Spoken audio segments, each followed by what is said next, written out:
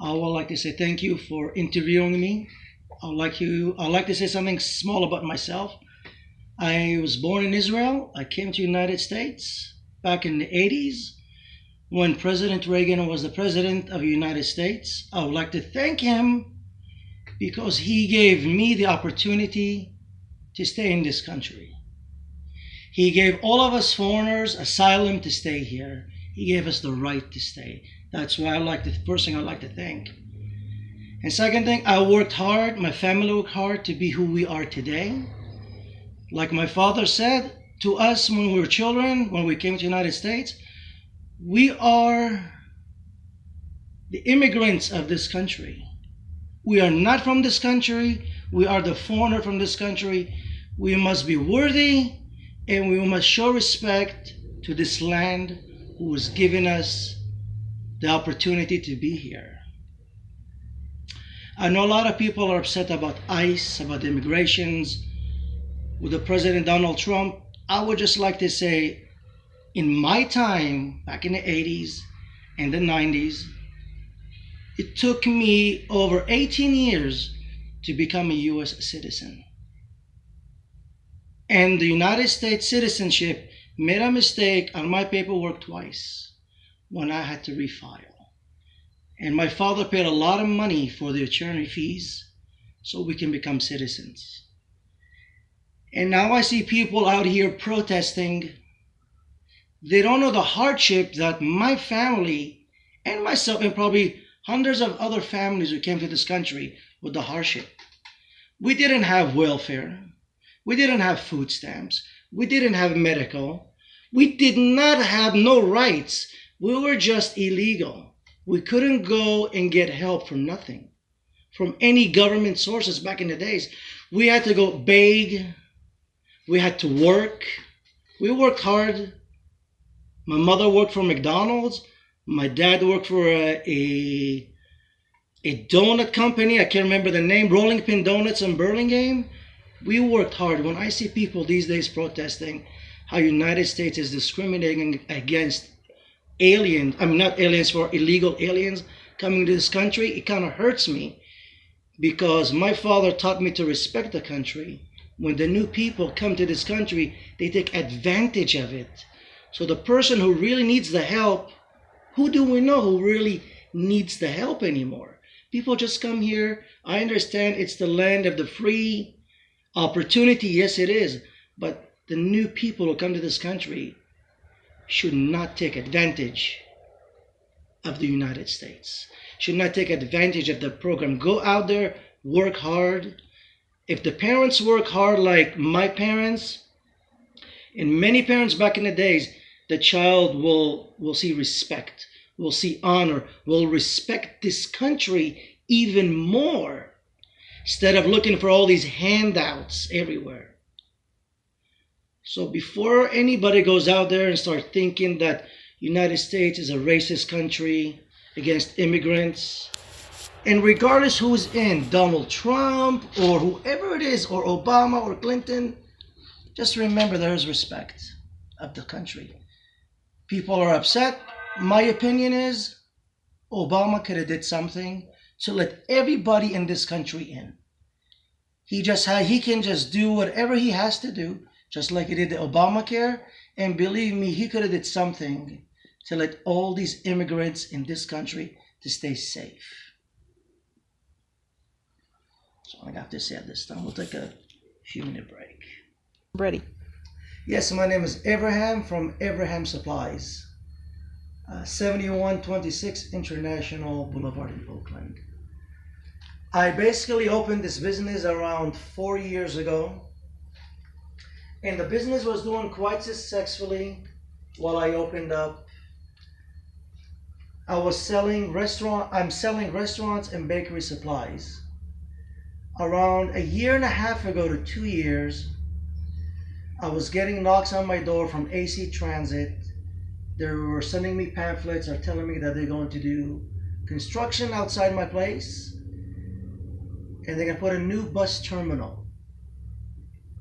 Through the months and weeks, I was promised that the city AC Transit was going to help me with financials, with websites, if I needed money for anything, that they would help me. They started the project with the buses outside, with the terminals. It's been over a year and they haven't even finished yet. I don't know who to blame.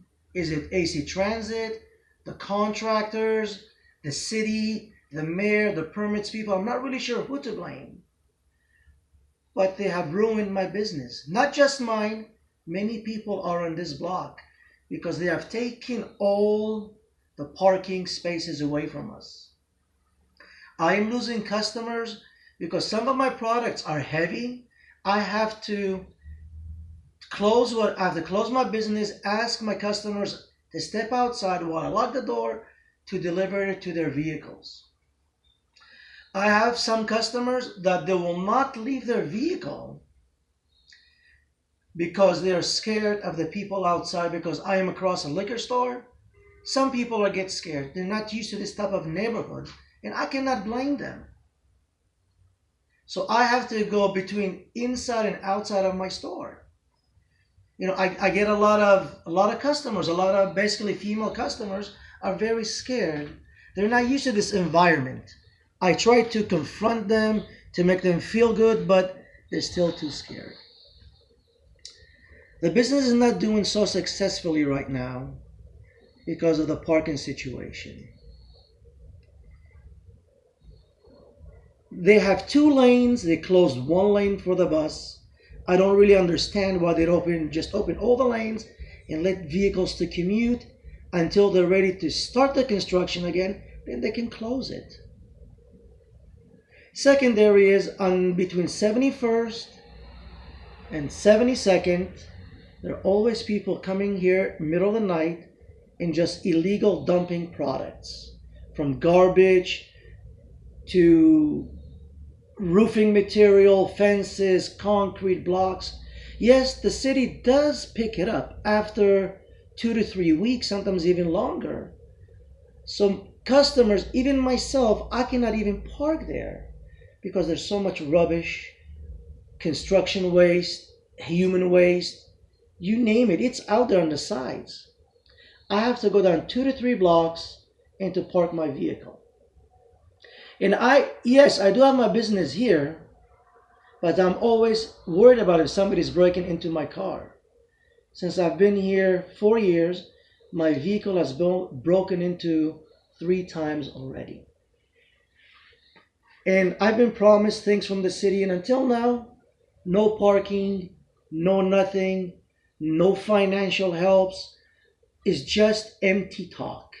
I wish the city, or who's ever running the project, should we say, just be honest. Hey, you know what? We're not going to help you. We're just going to put the bus and you're stuck.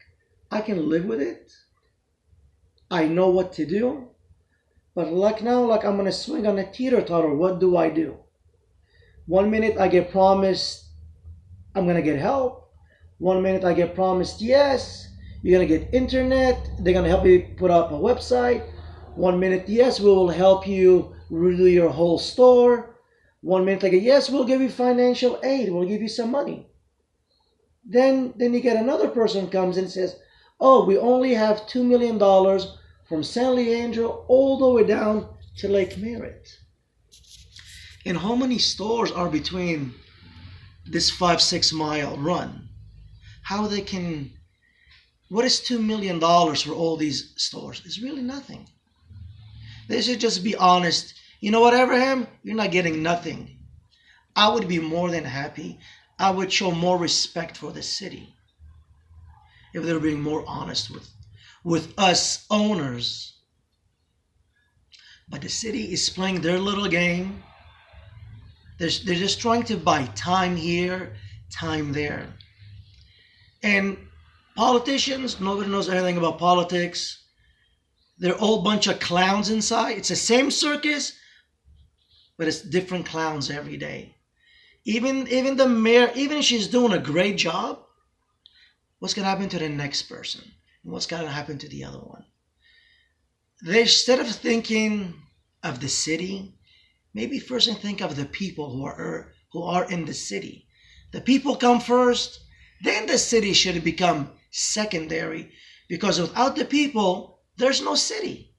Without businesses, there's no city. So the city needs to think what's more important. I do understand that bus is very important.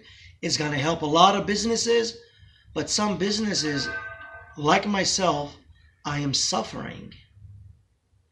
It's really a backlash, but I have to stay and fight. I cannot just pack my things and walk out. I have been here for 4 years, and I hope I can stay here longer. If I stay here longer, I would love to change my store so I can help the community. But it's very hard right now for me. The community is important to me. Without the community, nobody has a business over here. Okay. The last thing, one of the things I also want to talk about this marijuana thing. People born in life, they make their own decisions. But sometimes people got to realize why the state of California made this marijuana legal. My opinion, they made these drugs to suppress people. That's my opinion. Because the more people out there are on drugs, they don't really think anymore. They are suppressed. People can say marijuana is good for the health, good for this and good. No, it is true, but it also suppresses a lot of people. Instead of people looking at something, what's going to be good for the state of California, they're so high on dope, they don't know what's going on. Or they don't even really care. They're just worried about smoking instead of thinking of their community. Like in Oakland. If some of these people would stop doing drugs, imagine what this community could happen. Think if they would stop, let's say a quarter of East Oakland would stop drinking alcohol. Think of the power of just a quarter of these people can do to East Oakland. Just a quarter. And a quarter is not really a lot. Just stop drinking. Stop doing drugs and stop the drinking. Just a quarter. Quarter is nothing. And just think of the power can happen in East Oakland. Secondary is about something about prostitution. I do not condone prostitution. Prostitution is done for many reasons. Some people do it for drugs. Some people do it for their families, to support themselves. My opinion about drugs, about the prostitution, maybe the city should look into it. Maybe they should have like a designated area for women or men who choose to prostitute themselves for money. A safe zone, a safe area. So some of these females that I see outside, even young minors I've seen outside, maybe they should have a special place for them where they can be safe. Instead of the person who's giving them money either abusing them, not paying them, or physically harming them. I have nothing against prostitution, but something has to be done because a safe zone doesn't hurt. What is the city going to lose? Really nothing. My reason is why the city doesn't want to stop this illegal drugs, this prostitution, because it's money. If they make all of these areas where they can do prostitution and do some of these illegal drugs, hardcore drugs, the city's going to lose money. Because they have no more, where's the policeman going to go? Where's the constable is going to go anymore? Everything is legal now. Everything is in a safe zone. So they're going to have to lay off people. Instead of laying them off, put them somewhere else. These are some of the things that have a problem with East Oakland. But hopefully this video and many other videos will open somebody's eyes out. Will make them think. I'm not saying this can happen overnight. This may take another generation, maybe 2 generations. But something has to be done. Because if the people in East Oakland are not willing to change, the city of Oakland will eventually push these people out. Push the people from East Oakland. As you guys can tell, East Oakland has been changing. Not for your good. Look at it this way. Your rents are going high. Everything's going high. They're trying to push you out. And some people are not realizing it. They're worried about getting their next either alcohol or their next drugs. Wake up and think. This can change. Only us in East Oakland, as business, as residents, we can make things happen. But we must stand as a unit.